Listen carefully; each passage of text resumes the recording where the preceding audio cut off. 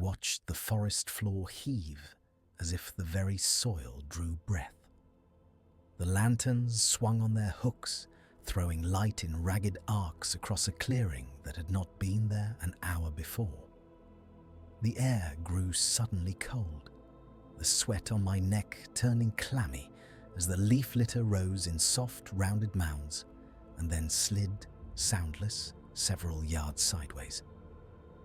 Henderson's boots sank, not into earth, but into something that yielded and shuddered beneath him. Men have pressed me, in clubs and offices, to set these matters down, though I have long doubted the wisdom of it. If you would hear more of what we saw, lend me your patience, and, if you are so inclined, mark your thoughts and preferences among such journeys, and whether you would have stood your ground or turned back had you been there. To understand what we encountered, I must return to the beginning of that year, to the heat and humming vastness of the upper Amazon in 1907. I was then 32 years of age, a surveyor in the employ of the Brazilian government, though British by birth and training. My name matters little. In the official record, I appear only as HC, attached to the Commission Rondon as a foreign technical advisor. In June of that year, we were dispatched to chart a tract of the Madeira River Basin, to correct certain inaccuracies in the boundary maps, and to assess the feasibility of telegraph lines through that country. Our party numbered 11 at the outset. Captain Joaquim Ferreira, a veteran of the Acre campaigns, Dr. Arthur Henderson, a naturalist from Edinburgh with a fondness for beetles, 2 civilian engineers, Rodriguez and Silva, myself, 3 soldiers from the 5th Infantry, and 3 indigenous men from a village on the Rio Manicore, whom the captain had engaged as guides and porters. Their names were João, whom we called João Grande on account of his height, a youth named Paulo, and an older man with a scarred cheek whom they addressed as Tupan. We departed from Manaus on the 3rd of July 1907 aboard a shallow draft steamer loaded with crates of surveying instruments, provisions, ammunition, canvas, and coils of telegraph wire for later stages. I recall the inventory well, for I checked it myself.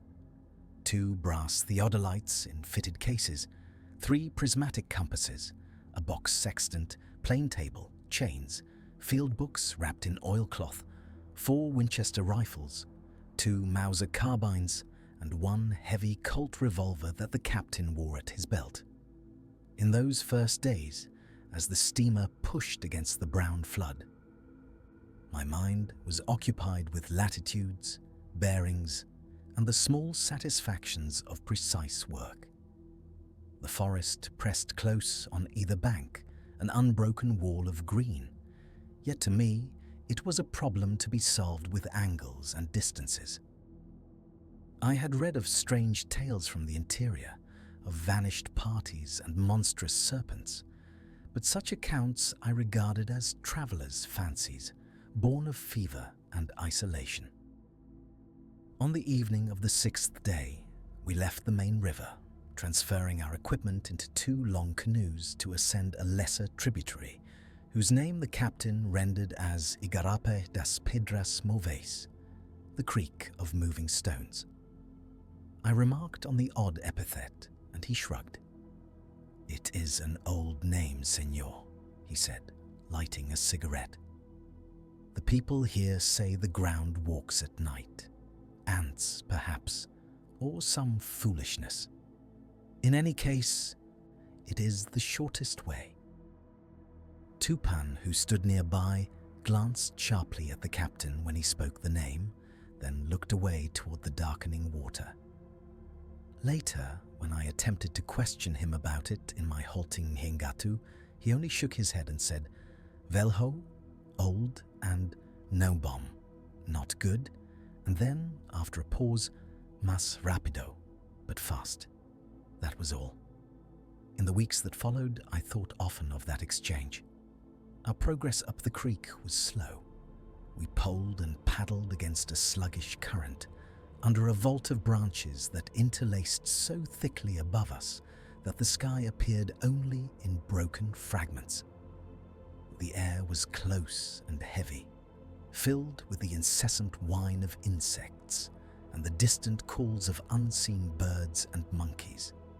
Each evening, we made camp on the highest ground we could find, slinging hammocks under canvas tarpaulins, the rifles stacked within easy reach.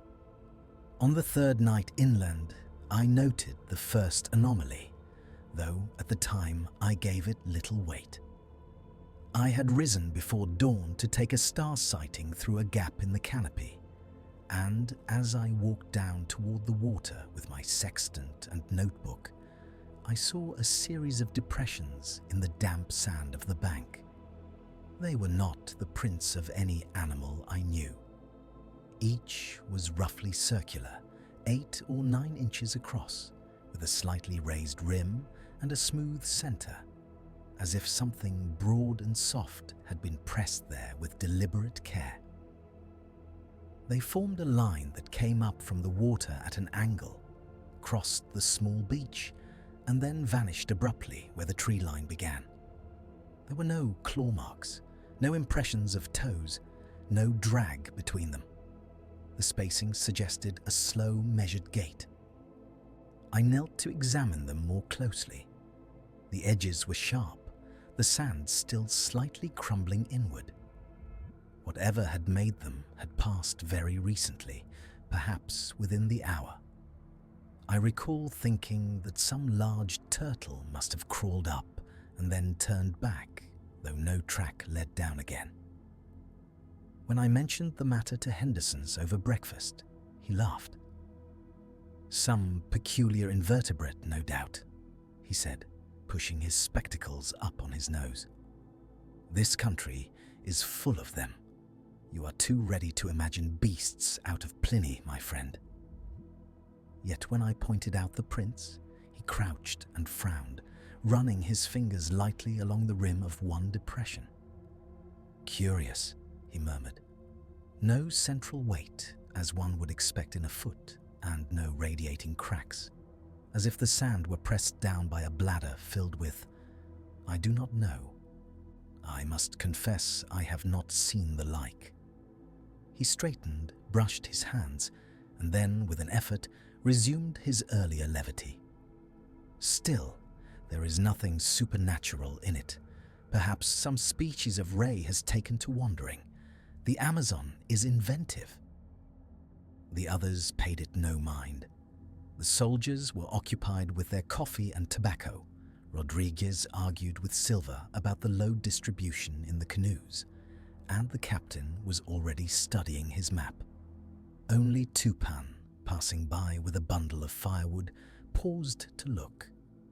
His face remained impassive, but he made a small sign with his right hand, touching his thumb and forefinger together, and then to his forehead, a gesture I did not then understand.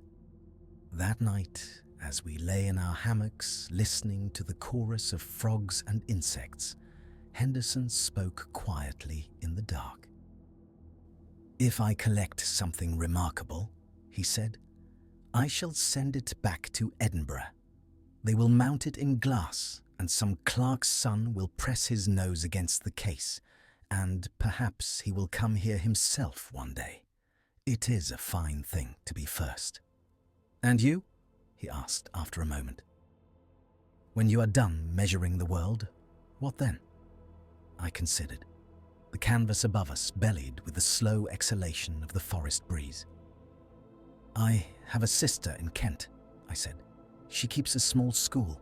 I have sometimes thought I might return and assist her, teach boys how to read the sky. But there is always one more river, one more blank on the map." He laughed softly. "We are poor creatures, you and I, chasing lines and specimens while sensible men build fortunes. Still, I prefer the company of trees to that of stockbrokers." It was a small thing. that conversation, but I have recalled it often because of what became of him. In the days that followed, other peculiarities began to intrude upon our routine. Once, around midday, as we halted to take bearings, we all became aware that the forest had grown strangely quiet. The usual background of insect hum and bird calls fell away, leaving a thick, almost tangible silence. The air seemed to press against the eardrums. Even the creek flowed more sluggishly, as if reluctant to disturb that hush. "It will storm," Rodriguez said, glancing at the sky, though there was no sign of cloud beyond the canopy. "The animals feel it." Yet no storm came. After perhaps 10 minutes, during which we spoke in low voices without knowing why, the sounds returned abruptly. The rasp of cicadas, the harsh cries of macaws, the distant hoot of a howler monkey. The moment passed, and we went on. Another time, one of the soldiers, a man named Costa, swore that he had seen the undergrowth ripple ahead of us, as if something large were passing through it without parting the leaves. We laughed at him then, for he was known to drink from his private flask when he thought the officers did not see. Still, I marked the direction he indicated, northeast, deeper toward the uninhabited interior. At intervals, I found more of the curious circular depressions, sometimes by the water's edge, sometimes in patches of soft soil under the trees. Always they ran in short, straight lines, and then ceased, as if their makers had stepped off into the air.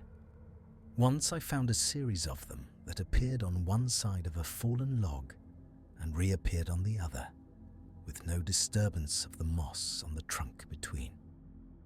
I recorded these things in my field book, noting their dimensions and locations, but in the margin I wrote more than once, possibly some unknown mammal, or perhaps subsidence of soil.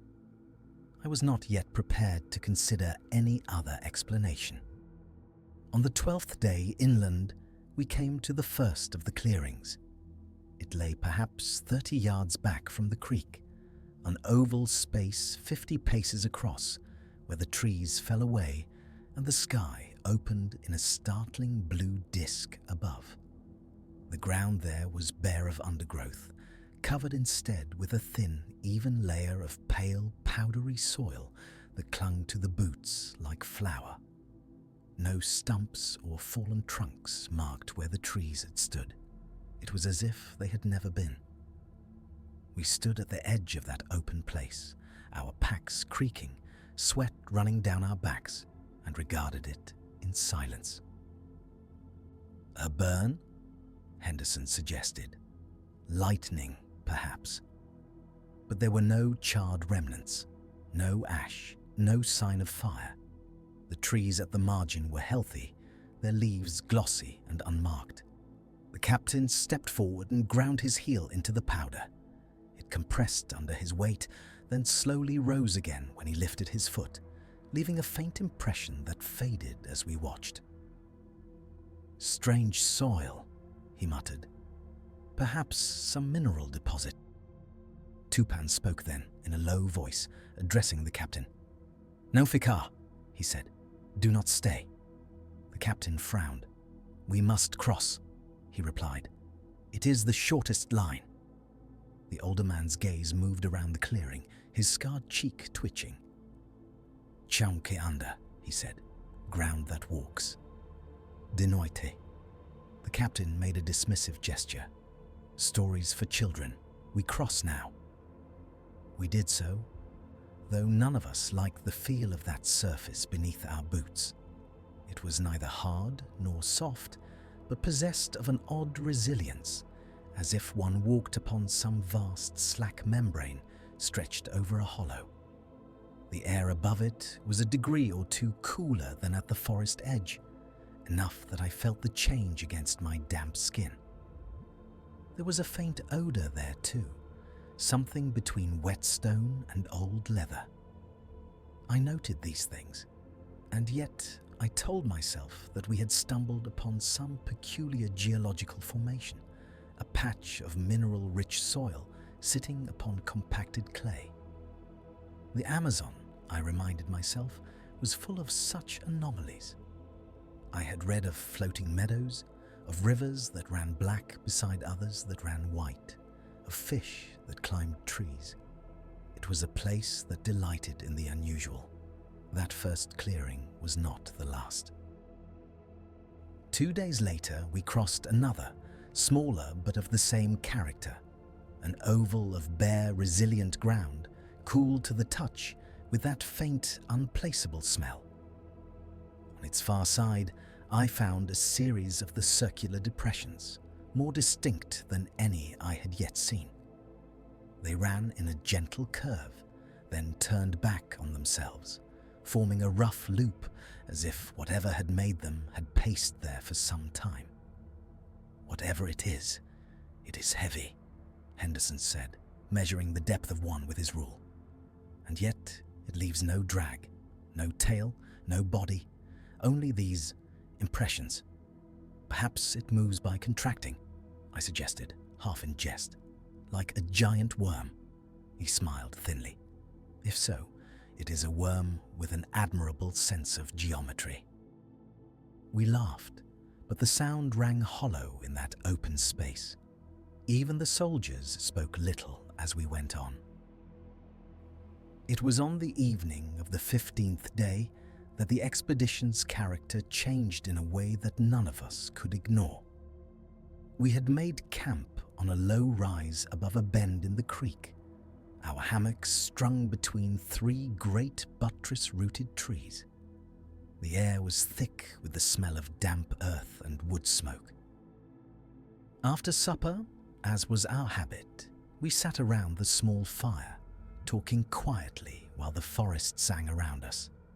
Henderson sketched by the firelight, his notebook balanced on his knee, while Rodriguez and Silva argued amiably about the relative virtues of Rio and São Paulo. One of the soldiers, Alves, produced a mouth organ and played a slow, melancholy tune that made me think of the grey skies of home. At some point, the conversation turned, as it often does among men far from civilization, to what we would do when we returned. Rodriguez spoke of a woman he meant to marry in Belém, Henderson of his specimens and his lectures, the captain of a modest plot of land he hoped to purchase near Cuiabá, where he would plant coffee and perhaps, he said, grow old in peace. "And you, Costa?" Henderson asked as the music faltered. "What will you do with your share of the pay?" The soldier stared into the fire for a moment, then shrugged. "Drink," he said. There was a ripple of laughter. Then, after a pause, he added more quietly, "And perhaps buy a new grave for my mother. The old one floods." It was a small, human moment, one of many, and at the time it seemed unremarkable. Yet in recollection it stands out sharply, a point of warmth before the descent. That night, some hours after we had retired, I was awakened by a sound. At first I thought it was thunder, a low, continuous rumble that seemed to come from everywhere at once. My hammock swayed gently, though there was no wind. As I blinked in the dark, trying to orient myself, I realized that the sound was not above, but below. It came from the ground. It was as if, deep under the thin layer of soil and roots on which the forest stood, something vast and heavy was moving. The vibration traveled up the tree trunks, through the ropes, into my bones. The canvas overhead trembled. The fire, now reduced to a bed of embers, shivered and sent up a small plume of ash. Around me, men muttered and shifted in their hammocks. Someone whispered a prayer. The sound increased in intensity, a slow, grinding surge, then diminished, then rose again like the breathing of some great, sleeping animal disturbed in its slumber. I told myself that it must be a distant landslide or the shifting of some subterranean watercourse. The Amazon basin is geologically active, I reasoned. The river undermines its banks, great masses of earth give way. Yet the sound did not recede as such events do. It passed beneath us, from one side of the camp to the other, in a steady progression, and with it went a subtle, nauseating sense of displacement, as if the world had tilted slightly under my hammock and failed to right itself. Then, as suddenly as it had begun, it ceased.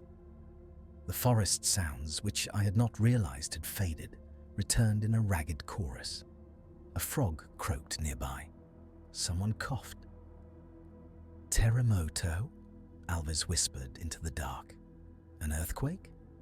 "No," the captain's voice came, clipped. "Go back to sleep." In the morning, we found that the fire pit had shifted 4 inches to the east. The circle of stones we had arranged around it was intact, but the whole ring had moved, leaving a shallow furrow in the soil behind it. The coals within were undisturbed. Our packs, which we had piled nearby, had also shifted slightly, as if nudged by an unseen hand. The trees, the hammocks, the creek, all else remained where they had been. We stood around that displaced circle of stones, our coffee forgotten, and looked at one another. "It must have been a slide," Rodriguez said, though there was no sign of disturbance on the slope. The ground settled. "Then why did the trees not lean?" Henderson asked quietly. No one replied. That was the first time I felt, in my gut rather than in my mind, that we were in the presence of something that did not fit within the comfortable bounds of my training. Yet still, I clung to rational explanations as a drowning man clings to a floating branch. In the days that followed, the peculiarities multiplied. We found more of the clearings, some no larger than a room, others broad as a parade ground. In one, we discovered the remains of a tapir, or what had once been one. Its hide lay flattened upon the pale soil like a discarded garment, the bones within crushed to a fine powder. There was no sign of teeth marks, no tearing, no blood. It was as if the animal had been subjected to an immense, even pressure from all sides at once. "Perhaps a tree fell upon it," Silver suggested weakly. "There is no tree," Henderson replied, his face pale. He knelt and sifted some of the powder through his fingers. "The bones are ground as if in a mill. No impact does this." I turned away, swallowing against a sudden dryness in my throat. The faint smell of wet stone and old leather seemed stronger there, mixed now with a sour mineral tang that made my tongue prickle. The indigenous men grew increasingly uneasy. Paolo refused to enter the clearings at all, skirting their edges with his eyes averted. Once, when the captain ordered him to help carry a crate across, he stood rigid, his jaw clenched, until at last he muttered something in his own tongue and spat upon the ground. The captain, to his credit, relented and sent Costa in his stead. At night, the subterranean sounds came more frequently. Sometimes they were faint, a distant murmur that one could almost ignore. At other times, they rose to a palpable shudder that made the lanterns sway on their hooks and sent little avalanches of dust down from the roots overhead. On 2 occasions, we heard, mingled with that deep grinding, a higher, more irregular noise, like the slow slither of something massive against stone. Sleep became fitful. Men woke from dreams of sinking, of being drawn feet first into the earth. In the mornings, their faces were grey and their tempers short. The easy camaraderie of the early days eroded. Arguments flared over trifles: the distribution of loads, the choice of campsites, the pace of the march. I did my best to maintain discipline in my notes, to record each occurrence with the same detached precision I had applied to bearings and distances. Yet the words I wrote in those pages grew stranger. Ground tremor of unknown origin, I set down. Clearing of bare, resilient soil, apparently unnatural. Tapir carcass crushed without evident cause. In the margins, where once I had scribbled alternative hypotheses, I began to leave only question marks. It was around this time, perhaps at the midpoint of our journey, that the event occurred which, in retrospect, I think of as the true turning point. I mention it here, though at the time it seemed merely another in a series of oddities, because of the way it intruded upon the most mundane of our tasks.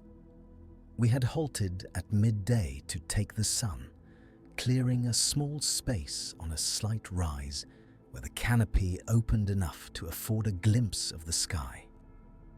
I had set up the theodolite on its tripod and was in the act of leveling it, my eye bent to the spirit bubble, when the instrument gave a sudden sharp jolt as if struck from below. I looked up, startled, and saw that all three of the tripod's brass-shod legs had sunk an inch into the ground, though the soil there had appeared firm. The bubble danced wildly. I swore under my breath and reached to steady the device. Before my hand touched it, the theodolite lurched again. This time, it was not a simple downward sink, but a sideways slide of several inches, as if the patch of earth upon which it stood had shifted in one piece. The tripod toppled. The instrument struck the ground with a sickening clatter, one of its delicate sighting lenses shattering. At the same instant, a low, resonant thump sounded beneath my feet, like the closing of some immense, distant door. The sensation travelled up my legs, through my spine, into my teeth. For a heartbeat, the world seemed to wobble. "Jesus Maria!" Alves breathed behind me. I stood very still, my hands hovering above the fallen instrument, and felt the ground under my boots. It did not move again. The forest around us remained unchanged, the leaves stirring in the faint breeze, a bird calling somewhere overhead. The captain approached, his face tight. "Are you hurt?" he asked. "No," I said, "but the instrument." He crouched, examined the damage, and swore softly. "This will set us back," he muttered. "Can it be repaired?" "Perhaps," I replied, though I knew it would never again be as precise. "We have the spare sextant, at least." He straightened and looked at the spot where the tripod had stood. There was no sign of subsidence, no crack in the soil. Only 3 shallow impressions where the legs had been. "Perhaps you misjudged the ground," he said, but there was little conviction in his tone. As we gathered up the pieces, I noticed that my hands were trembling. I told myself it was anger at the loss of the instrument. Yet when, some minutes later, a small lizard darted across my path, my heart leaped as if at a gunshot. From that day, my confidence in the stability of the very earth diminished. Each footfall became a question. I found myself watching the ground more than the compass. The further we advanced, the more frequent and extensive the clearings became. Some were fresh, the pale soil unmarred, save for the tracks of small animals that had ventured across. Others bore the marks of more violent events, patches where the surface had buckled and cracked, radiating lines like the pattern on a tortoise shell. Shallow depressions in which water had collected, their edges too smooth and regular to be natural ponds. In one such place, we found the remains of a human encampment. A ring of stones marked where a fire had been, now cold and filled with a thin layer of the powdery soil. Nearby lay a rusted machete, half buried, and the tattered remnants of a canvas shelter. There were no bones, no personal effects, no sign of struggle. It was as if the occupants had risen and walked away, leaving only these few objects behind. Yet the ground around the fire ring was disturbed in a familiar pattern, broad, circular impressions, overlapping, leading nowhere. We camped that night well away from that clearing, at the insistence of the indigenous men. They spoke little, keeping close to one another, their eyes watchful. I heard them murmuring together in their own tongue, the words cho and anda recurring. And once the older man, Tupan, uttered a phrase in a tone of mingled anger and fear. Later, when I asked Henderson if he had caught it, he nodded. He said, "It is waking more often now." "How can the ground wake?" I asked, attempting a smile. He did not return it. "We have seen rivers that appear overnight," he said. "Forests that rise where there was once grassland. The earth is not as fixed as we like to imagine. Still." He trailed off, then shook himself. "Forgive me. I am as prone to fancy as any man when overtired." We both laughed then, but without much mirth. The climax, when it came, did not announce itself with any special fanfare. It began, as so many days had, with heat and labor. By my reckoning, we were then approximately 3 weeks inland from the last known settlement, somewhere between the headwaters of the Igarape das Pedras Móveis and an unnamed tributary that fed into the Madeira from the west. The date, as I later confirmed from my notes, was the 27th of July 1907. We had been pushing hard, our supplies running lower than was comfortable. The captain was anxious to reach a point where, according to his map, the terrain would level and the going become easier. The men were weary, their faces drawn, their movements slower.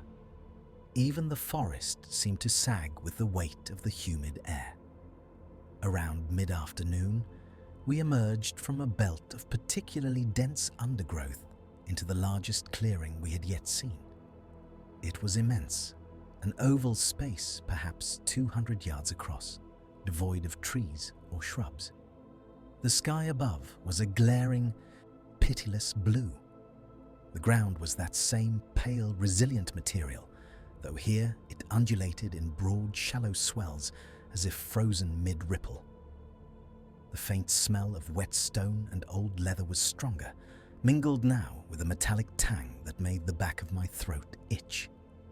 We halted at the edge, shading our eyes. "Another of your walking grounds," Rodriguez muttered. The captain studied the compass, then the map. "This is the direct line," he said. "To go around would cost us half a day, perhaps more. We cross." "No," Tupan said sharply. It was the first time I had heard him contradict the captain so openly. "Aqui, não. Chão confirm." Here, no. Hungry ground. The captain's jaw tightened. "We have no time for superstitions," he replied. "We have crossed many such places without incident. You may wait here if you prefer, but the rest of us go on." The older man's face darkened, but he said nothing more. The soldiers shifted uneasily. Henderson looked at me, his expression troubled. "Perhaps we might skirt the edge," he suggested. "It would not delay us greatly, and it would ease their minds." The captain hesitated, then shook his head. "We have lost enough time already. The ground is ground. We go straight." In the end, all of us stepped out onto that pallid expanse, though the indigenous men did so last, their shoulders hunched, their eyes fixed on the soil beneath their feet. The sensation as we walked was more pronounced than in any previous clearing. Each step sank a fraction of an inch, then rose again, as if one trod upon a mattress filled not with air, but with some thicker medium. The temperature dropped perceptibly as we advanced, the sweat on my face cooling to a clammy film. The air felt heavier, though there was a faint, steady current of it from somewhere, carrying that mineral odor. We had gone perhaps 50 yards when the first tremor came. It was subtle at first, a faint quickening of the ever-present subterranean murmur. The ground beneath my boots vibrated, not in the sharp, jarring manner of an earthquake, but in a slow, rolling fashion, like the swell of a distant sea. The undulations in the surface seemed to shift, their crests migrating almost imperceptibly. "Do you feel that?" Henderson called, his voice too loud in the open space. "Keep moving," the captain replied, though I saw his hand tighten on the strap of his rifle. We quickened our pace. The vibration increased. The swells in the ground grew more pronounced, their troughs deepening, their crests rising. I stumbled as my left foot sank an inch deeper than expected, catching myself with an effort. Then, ahead and to our right, the ground rose. I do not mean that it buckled or cracked. It swelled upward in a smooth, rounded mound, perhaps 3 feet high and 10 across, as if something beneath had pressed gently against the surface. The pale soil stretched without breaking, its texture unchanged. The mound moved, sliding laterally across our path with a slow, deliberate motion. For a moment, all of us stopped, frozen. The mound passed before us, then subsided, the surface settling back into its previous shallow ripple. No hole remained, no disturbance save for a faint, circular depression where its center had been. "Mother of God," whispered Alves. Another mound rose behind us, larger this time, rolling under our feet like the back of some submerged creature. I staggered, windmilling my arms. To my left, one of the engineers fell to his knees with a cry. "Run!" the captain shouted then, his voice cracking. "Run! To the trees!"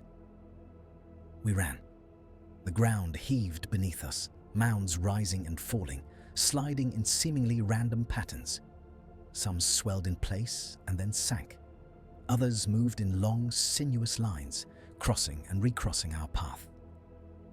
The air filled with a low, droning sound, not unlike the vibration of a great drumhead, felt more than heard. Ahead, the dark line of the forest seemed to recede, as if the clearing stretched itself. My lungs burned. My boots slipped on the yielding surface. Men cursed and shouted. A pack, abandoned, tumbled away on its own small wave of soil. To my right, I saw Costa leap as a mound rose under him. He landed awkwardly, his ankle turning, and fell. Before he could scramble up, the ground beneath him bulged, swallowing his right leg to the knee. He screamed, a high, ragged sound that cut through the deeper drone. I turned, instinctively moving toward him, but at that instant, another swell rolled under my feet, nearly pitching me onto my face.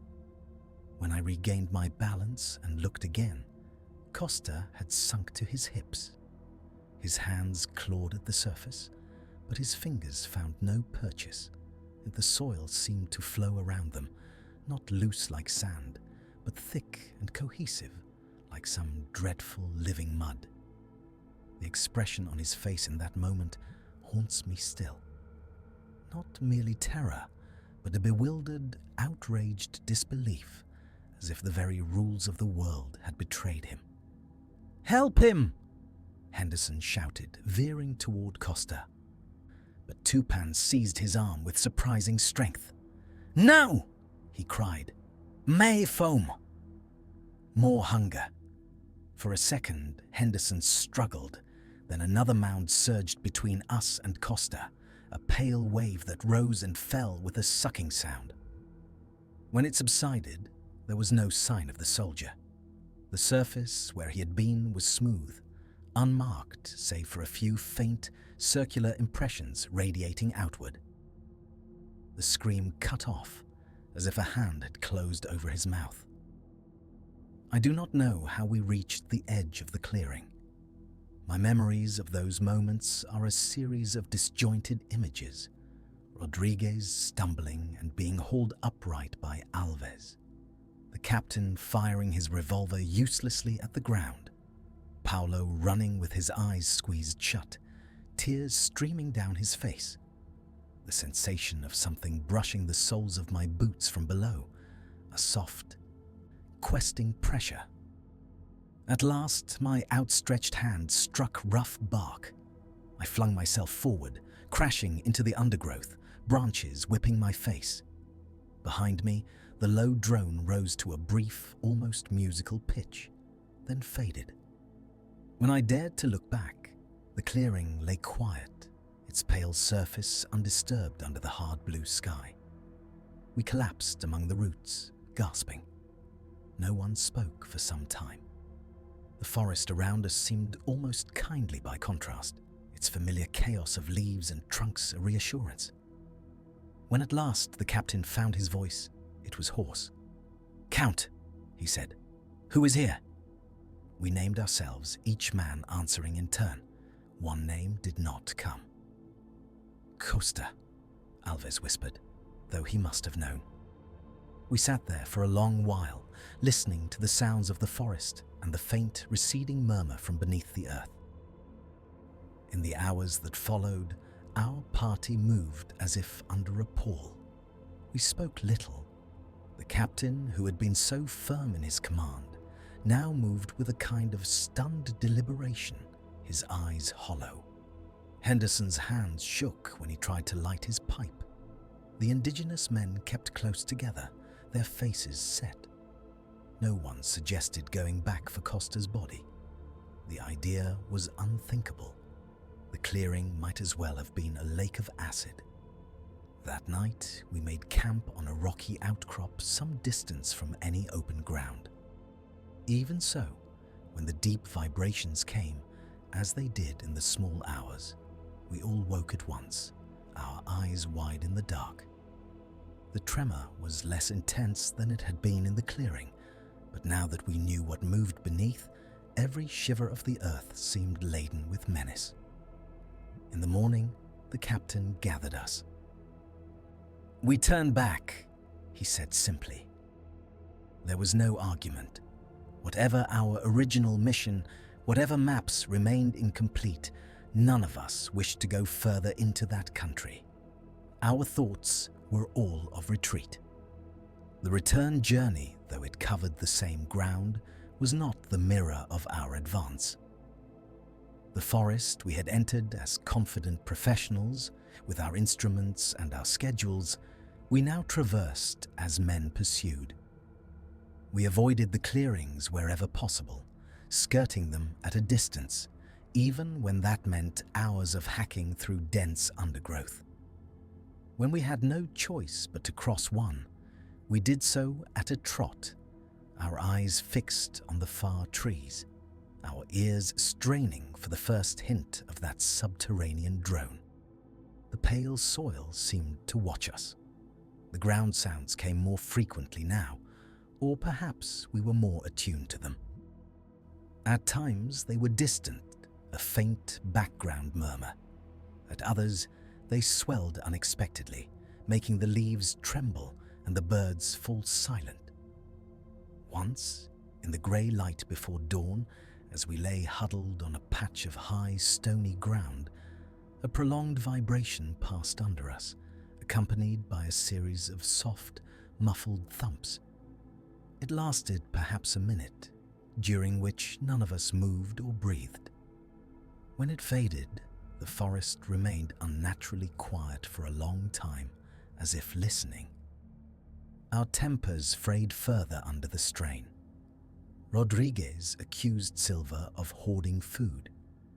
One of the soldiers snapped at Paolo for some minor clumsiness, and the youth, his nerves raw, rounded on the man with a machete in his hand before dropping it, his shoulders shaking.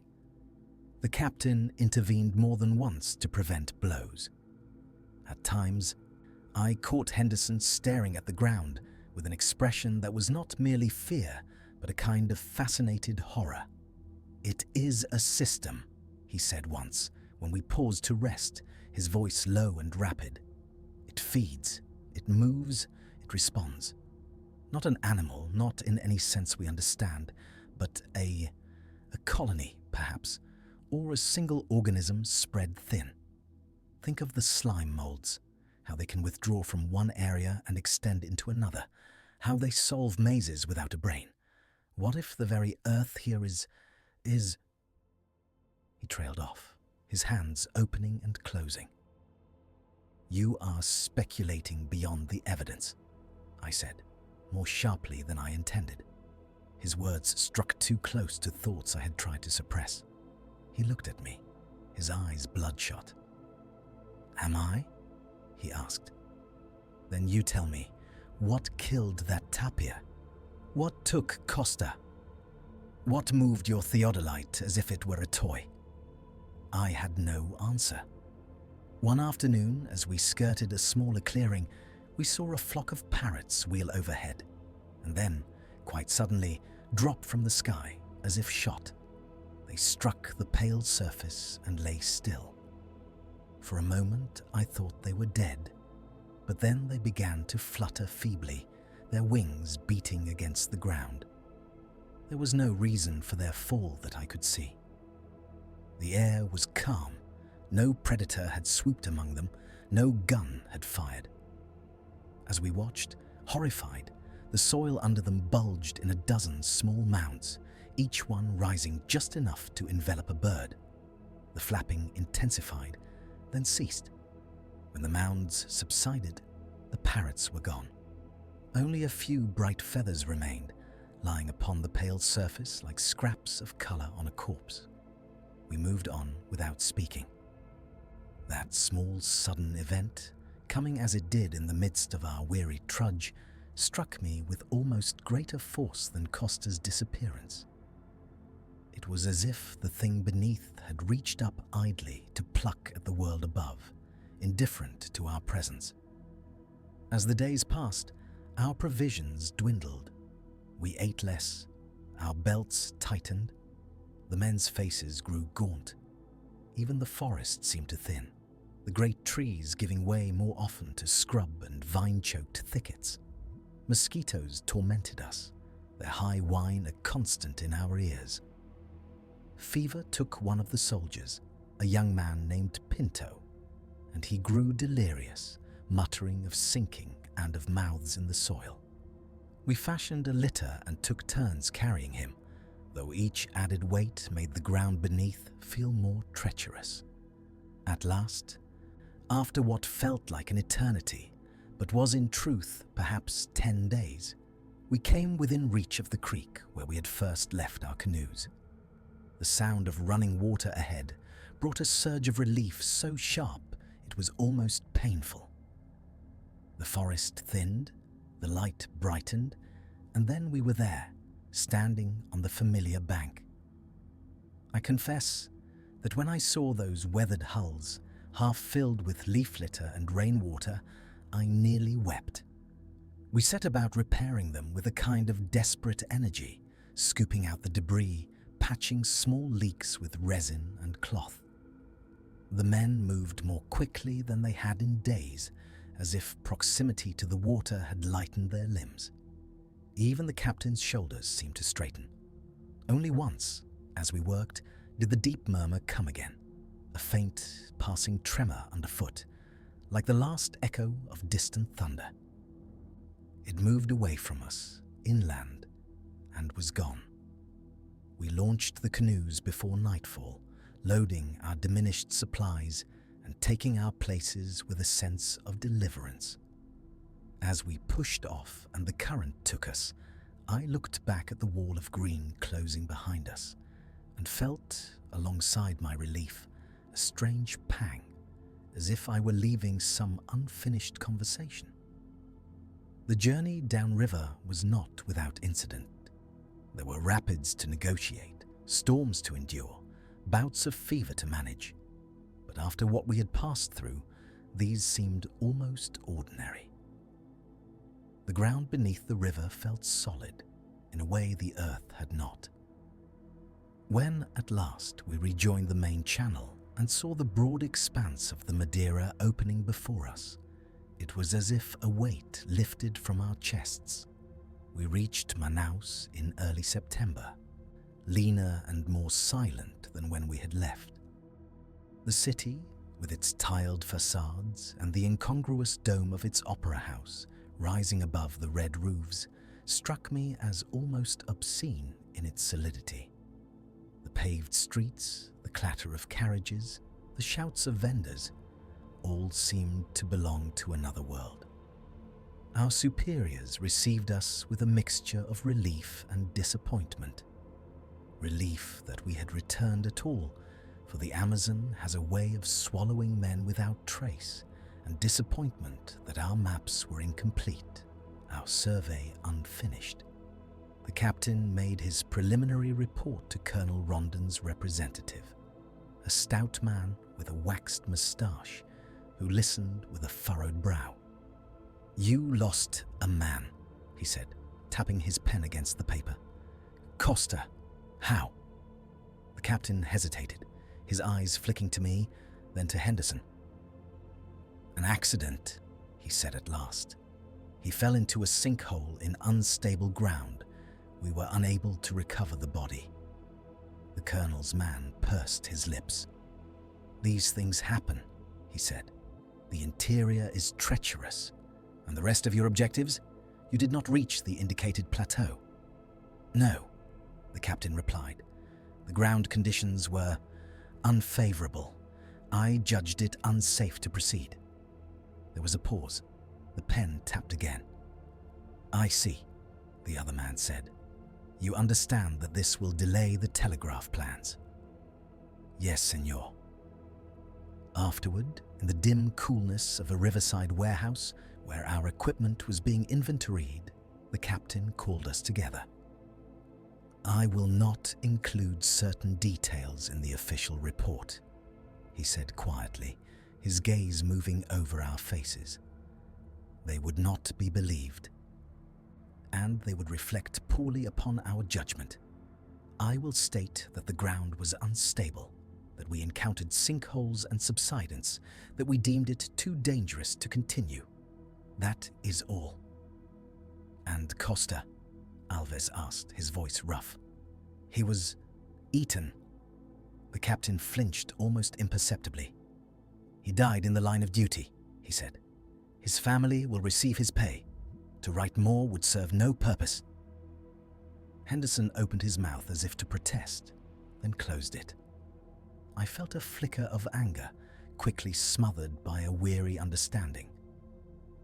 What could we say that would not mark us as mad or incompetent? That the earth itself had risen and taken a man? That clearings of living soil moved and fed? There are limits to what the bureaucracy of any age can accommodate. In the end, the official account that went to Rio and thence to Brasilia was a dry document of distances, bearings, and obstacles. It spoke of flooded lowlands, of impassable thickets, of treacherous ground, and the loss of one man in a collapse. It contained no mention of moving mounds, of crushed tapirs, of parrots plucked from the air. It was filed, I am told, alongside many similar reports, and in time it gathered dust. Privately, among ourselves, we spoke of it only rarely. When we did, it was in guarded terms, as if naming it too directly might call it forth. On the evening before we parted ways in a small tavern near the docks, Henderson raised his glass. "To Costa," he said. We drank in silence. "What will you write?" I asked him later as we walked back to our lodgings along the lamplit street. The river smell mingled with that of sewage and roasting meat. "In my notes," he replied. "Everything. In my paper, very little." He smiled without humour. "A journal in London will not print an account of hungry ground, my friend. They will say I have taken too much quinine. And yet you will keep the notes." "Yes." He looked up at the hazy stars. "Because I must. Because if I do not, I will begin to doubt my own memory. Already there are moments when it seems less solid, as if it happened to someone else. Do you feel that?" I did. Even then, so soon after our return, the images of the clearing, of Costa sinking, of the parrots vanishing, had acquired a dreamlike quality in my mind, as if they belonged to some fevered vision. Only the weight in my chest, the way my heart lurched at any sudden vibration underfoot, assured me that they were real. We parted the next day. The captain remained in Manaus to coordinate further expeditions. Rodriguez and Silva took passage downriver. The soldiers dispersed to their units. Henderson sailed for Europe on a steamer bound for Lisbon, his crates of specimens in the hold, though none, of course, from that place. I booked passage on a coastal vessel to Belem, intending to return thence to England. In the years that followed, life, as it does, overwhelmed those events with other concerns. I married, briefly, and was widowed. I took part in surveys in Africa and in the Levant. I grew older, yet the memory of that journey never left me. It lurked at the edge of my thoughts, emerging at odd moments. Once, in 1912, during a minor tremor in Messina, I found myself on my hands and knees in the street before I knew I had fallen, my heart racing, sweat cold on my back. The vibration of the cobblestones under my palms transported me in an instant back to that pale clearing. The cries of the Italians around me blurred into the distant calls of Amazonian birds. When the shaking ceased, I remained there, breathing hard, until a passerby helped me up with a concerned expression. "You are unwell, signore?" he asked. "Only a memory," I replied, though he could not understand. Another time, in London, I attended a lecture at the Royal Geographical Society on the geology of South America. The speaker, a well-respected professor, spoke of plate tectonics, of subsidence and uplift, of the slow, majestic movements of the Earth's crust. He showed lantern slides of fault lines and stratified cliffs. At one point, he remarked, almost in passing, that the Amazon basin was, in essence, a great shallow dish of unconsolidated sediments prone to subtle shifts. "As if the ground there were alive," he said, smiling. A ripple of polite laughter passed through the audience. I felt my hands grip the arms of my chair until my knuckles whitened. After the lecture, I approached him and asked, as casually as I could, whether he had heard of any reports of unusual ground movements in the Upper Madeira region. He frowned, thought for a moment, and then shook his head. "Marshes, certainly," he said. "Floating islands, areas of peat that can swallow a man, but nothing beyond that. Why do you ask?" "No reason," I said, and thanked him. In 1915, I received a letter from Brazil, forwarded through various hands. It was from Rodriguez. His handwriting was shakier than I remembered. "Captain Ferreira is dead," he wrote. "He was killed in an accident near Cuiabá. The ground collapsed under his cart on a dry road. They say it was a sinkhole. I thought you would wish to know." I sat with that letter for a long time. A sinkhole in a dry road is, of course, not unheard of. Chalk can collapse. Subterranean streams can undermine. Yet I could not help but picture a familiar, pale surface, a sudden, hungry yielding. A year or two later, in a cafe in Lisbon, I had an unexpected encounter with Henderson. He had aged as I had, his hair thinner, his cheeks more hollow, but his eyes were the same. We greeted one another with genuine warmth, for shared terror forges a peculiar bond. Over coffee and brandy, we spoke of our lives since. He had published several respectable papers on Amazonian beetles and plants. He had married, had a daughter. He had never returned to South America. "Have you written of it?" I asked at last, unable to keep the question back. He knew what I meant. His gaze dropped to his cup. "In my private journal," he said. "Not for print. I tried, once, to shape it into an article, to speak of anomalous ground movement, of unexplained predation. Every sentence felt like a lie, either too little or too much. How does one describe something that has no place in our taxonomy?" He looked up, his expression haunted. "Sometimes I think we were privileged," he said, "to have seen a thing so wholly other. At other times, I think we were cursed. There are nights when I wake and feel the mattress shift under me, and I know it is only my wife turning or some passing vibration, but my heart..." He broke off, pressing his hand briefly to his chest. We parted with the usual promises to write, which we did not keep. A few years later, I heard, through a mutual acquaintance, that he had succumbed to influenza.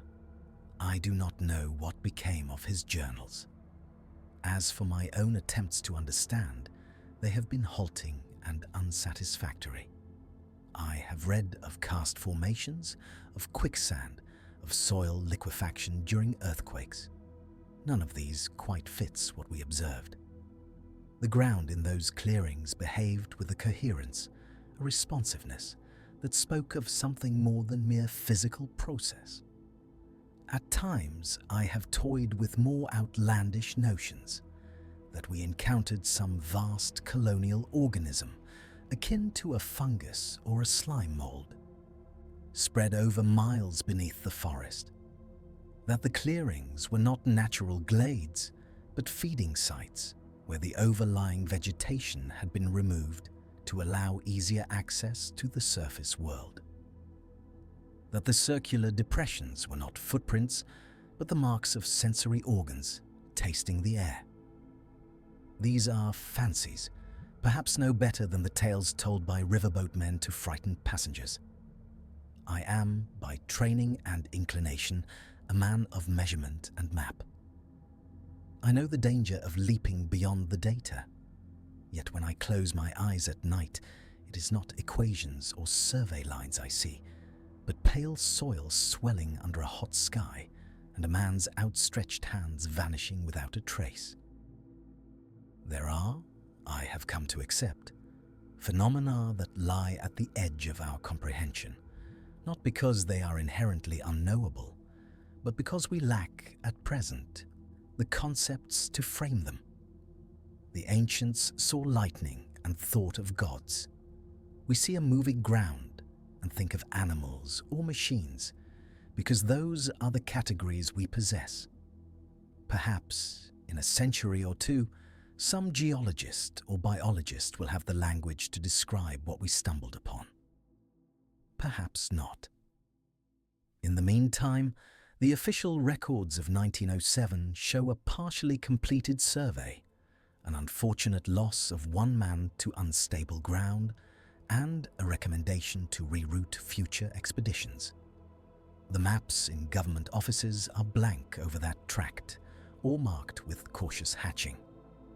The creak of moving stones remains, on paper, a minor tributary of little interest. I, however, cannot look at any map of the Amazon basin without seeing, superimposed upon its rivers and contour lines, a ghostly pattern of ovals and swells. Like the imprints of some great, shifting body, lying just beneath the surface. When I cross a field and feel the faintest quiver under my boots, when a train passes and the platform vibrates, when a heavy cart rolls by my window and the glass rattles, some part of me tenses, waiting for the ground to do more than it ought. I have told this story to very few. Those who hear it tend to smile politely, to attribute it to fever or misperception, to the exaggerations of memory. Perhaps they are right.